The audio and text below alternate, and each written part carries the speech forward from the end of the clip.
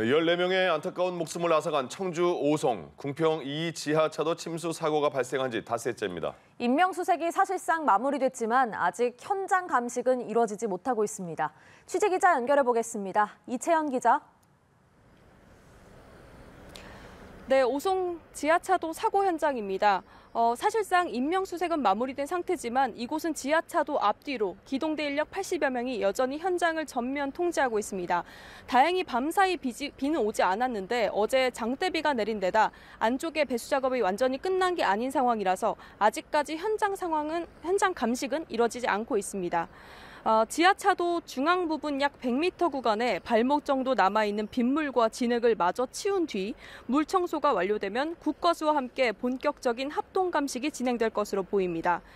터널 설계 도면 같은 기초 자료가 확보되면 이르면 이번 주 내로 진행할 수 있다는 관측이 나오고 있습니다.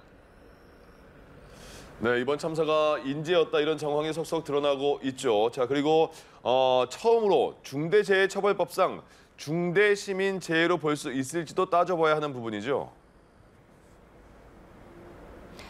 네, 대규모 수사 전담팀을 꾸리고 수사에 나선 경찰은 본격 진상 규명에 나섰습니다.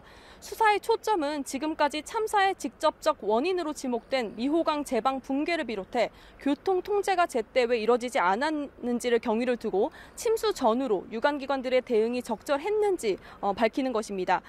경찰은 앞서 침수 차량들의 블랙박스 17대를 확보했고요. 어제 오전에는 과학수사팀이 현장 지하차도 유류물 수색 도중에 휴대전화 3점도 수거해 디지털 포렌식 작업에 나선 상태입니다.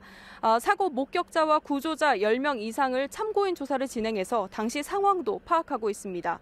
또 관련 지자체로부터 자료들을 이미 제출받았는데요. 수차례 112 신고에도 현장 통제가 왜 안 됐는지와 함께 임시 제방의 경우 환경부 하천 설계 기준에 못 미쳤다는 의혹 등을 둘러싸고 관할 공무원들의 책임 소재를 조사할 것으로 보입니다.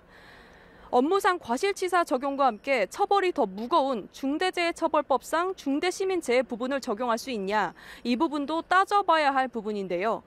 중대시민재해 구성 요건상 도로 터널의 경우 구간이 연장 100m 이상인 지하차도로 이곳 궁평 2 지하차도는 공중 이용시설에 해당합니다.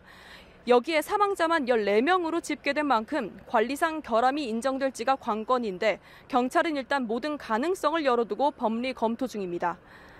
만약 실제 적용이 된다면 첫 사례가 됩니다. 현재 수사 대상만 미호강 교량공사를 진행한 행정중심 복합도시건설청을 포함해 도로관리 주체인 충북도청, 청주시 등이 줄줄이 오를 것으로 보여서 수사 범위는 더 확대될 가능성이 있고요. 기초 수사를 마무리하는 대로 필요시 강제 수사에 나설 것으로 보입니다. 이번 참사를 두고 관리부터 대응까지 총체적 부실이란 비판 속에 제기된 의혹이 많은 만큼 광범위한 수사가 될 것으로 보입니다. 지금까지 청주 오송 궁평 2 지하차도에서 연합뉴스TV 이채연 기자입니다.